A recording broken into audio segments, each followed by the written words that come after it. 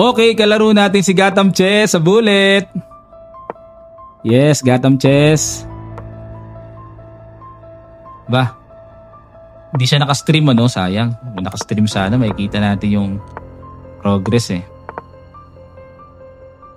Oh, hindi siya naka-stream eh. Pero okay lang. Magandang laban to, Gatam Chess. Nakalaro ko na ulit. Ay, grabe. Talaga. Pinalamang ako isang pawn. Pinalamang ako ng isang pawn ni Gatam. Dito tayo. Basag.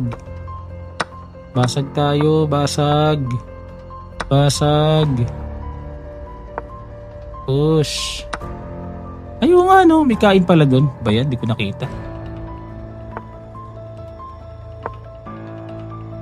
Hindi ko nakita.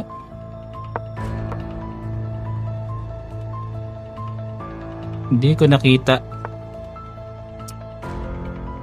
Dito tayo. Dito pala tira oh. Batibot di ko nakita. Ayun, nag-resign si Gatam. Isa pa, rematch tayo. Rematch. Hala, ayaw.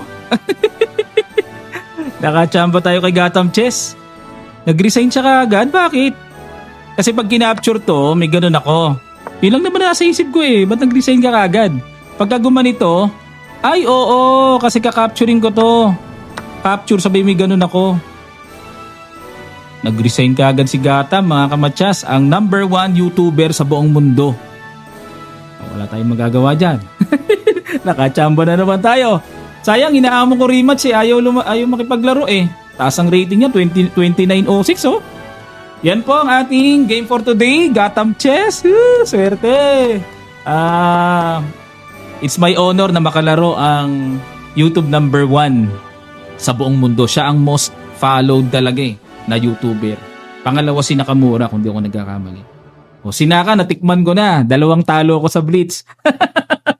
Na-analyze ko na, kaka-upload ko lang sa YouTube. Ngayon naman, si Gatam naman. O sana makalaro ko siya sa Blitz ulit. Dati nakamatch ko to eh. O kaya kahit sa bullet, basta ilang games. Kaso hinahamon ko rematch, ayaw naman, sayang ano. Kita-kita tayo ulit sa susunod mga kamatsas. Salamat po.